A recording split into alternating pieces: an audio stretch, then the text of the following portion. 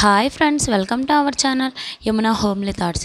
ఈరోజు మన ఛానల్లో వీడియో ఏంటంటే సింహాచల పుణ్యక్షేత్రంలో ప్రతి సంవత్సరం జరిగే గిరి ప్రదక్షిణకి లక్షలాది మంది భక్తులు ఎందుకు వస్తారు, గిరి ప్రదక్షిణ అంటే ఏంటి అని ఈ వీడియోలో తెలుసుకుందాం. ఫ్రెండ్స్, వీడియో స్కిప్ చేయకుండా చివరి వరకు చూడండి.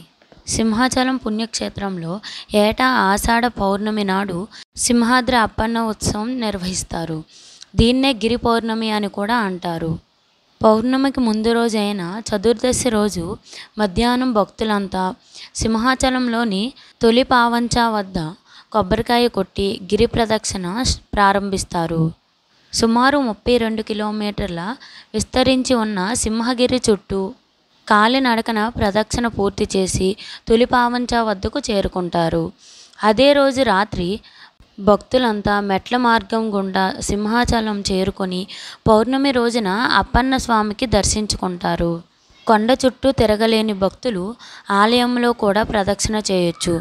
32 కిలోమీటర్లు గాను 32 సార్లు ఆలయ ప్రదక్షిణ చేస్తారు. గిరి ప్రదక్షిణ చేసే చాలామంది భక్తులు కాళ్ళకి చెప్పులు కూడా ధరించకుండా ప్రదక్షిణ పూర్తి చేస్తారు. సింహగిరి చుట్టూ ఒక్కసారి ప్రదక్షిణ చేస్తే ఒక్కసారి భూ ప్రదక్షిణతో సమానం అని భావిస్తారు. స్వామికి చందన సమర్పణ చేసే ప్రక్రియ ఎంతకాలం నుంచి ఉందో ఈ గిరి ప్రదక్షిణ కూడా అప్పటి నుంచే ఉంది అని చెప్తారు వేద పండితులు. ప్రదక్షిణలో పాల్గొనలేని భక్తులు ప్రతి పౌర్ణమికి ఆలయ ప్రదక్షిణలు చేసుకొని వీలు కల్పిస్తారు వేద పండితులు. అలా 12 పౌర్ణములకి 32 ప్రదక్షిణల చొప్పున ప్రదక్షిణలు చేస్తే భూమండలం మొత్తం తిరిగిన ఫలితం అని చెప్తారు. గిరి ప్రదక్షిణ వల్ల సకల అనారోగ్యాలు తొలగిపోతాయని, ఆరోగ్యం సిద్ధిస్తుందని భక్తుల నమ్మకం. ముఖ్యంగా ఈ గిరి ప్రదక్షిణలో మగవారి కన్నా మహిళలే ఎక్కువగా పాల్గొంటారు.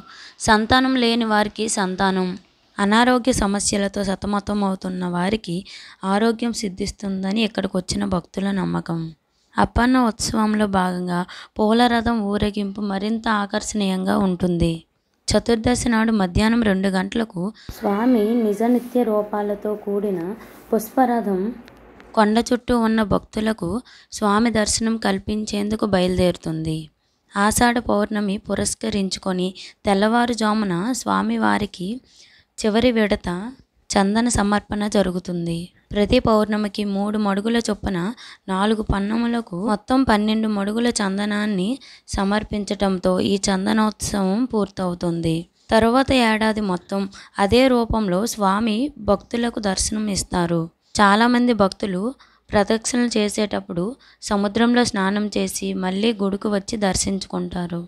ఈ వీడియో మీకు నచ్చితే లైక్ చేయండి, షేర్ చేయండి, మన ఛానల్ సబ్స్క్రైబ్ చేసుకోండి. పక్కనే ఉన్న బెల్ ఐకాన్ క్లిక్ చేయండి. నేను వీడియో అప్లోడ్ చేసిన వెంటనే మీకు నోటిఫికేషన్ వస్తుంది. ముందుగా నా వీడియోని మీరు చూడొచ్చు. Thank you for watching.